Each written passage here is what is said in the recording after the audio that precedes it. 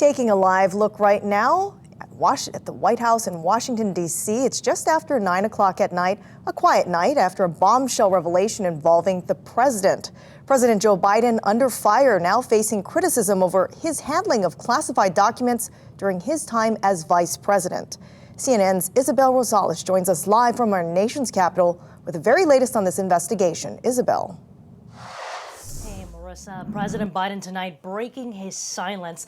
The discovery of classified documents in his former office kicking up a storm of questions. And now Republicans are making a very public case that Congress should investigate.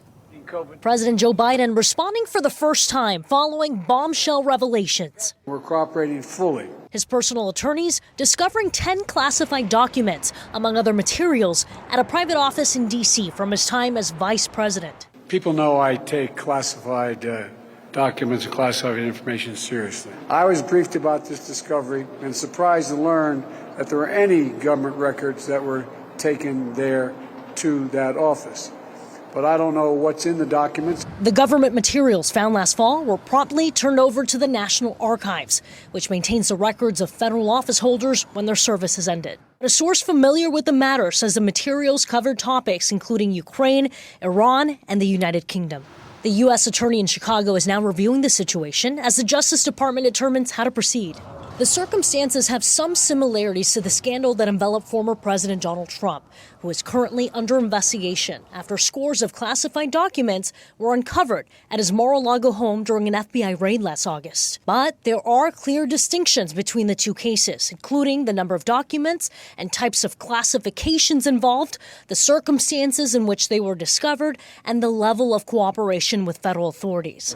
Republicans, however, seizing on the controversy. How long have they been sitting around? Who had access all of this time? How many people had access all of this time? The chair of the House Oversight Committee says he plans to press the National Archives for more information on the matter.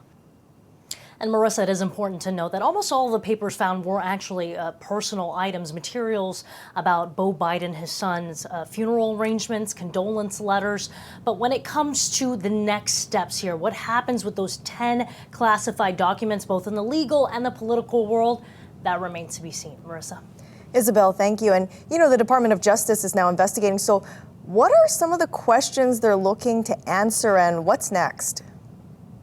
Well, as soon as Attorney General Merrick Garland got wind that this was going on, he actually assigned a Trump-appointed U.S. attorney over in Chicago to take a look at all of this evidence, and he worked with the FBI. His name is John Lausch, to answer a couple of questions. Did Biden know that these documents were there? How secure were they? Who had access to them?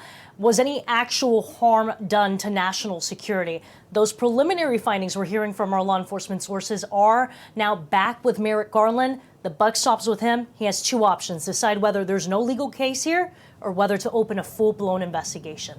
Marissa. All right, thanks so much. CNN's Isabel Rosales joining us live from D.C.